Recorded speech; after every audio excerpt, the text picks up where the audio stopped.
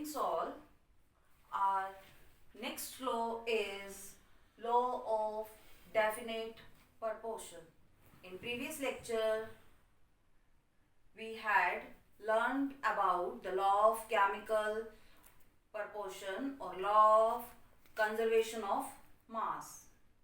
In this lecture, we will learn about another law, that is law of definite proportion.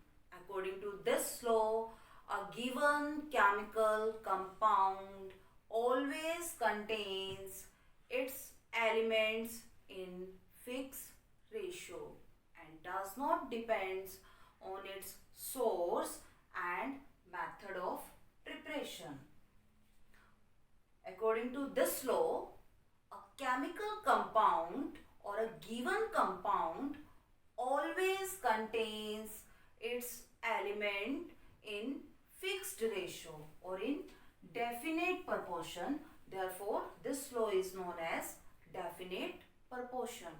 The another name of this law is law of constant proportion and does not depend on its preparation or its source. For example, if we take example of water, in one molecule of water, the ratio of its element is 2:1. Means in every one molecule of water, 2 atoms of hydrogen and 1 atom of oxygen is present, and it does not depend on its source. Means we can take river water, rain water or pond water, because it does not depend on its source. So the source may be river water, rain water.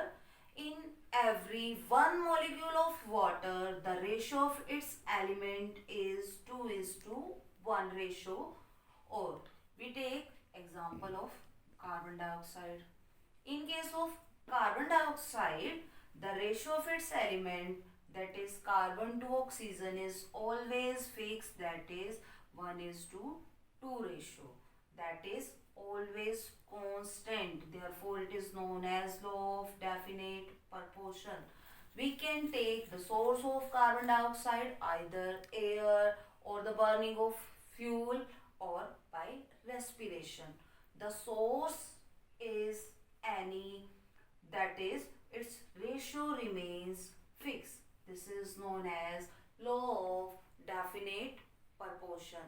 Means the ratio of elements of a compound is always fixed. It is clear to all of you?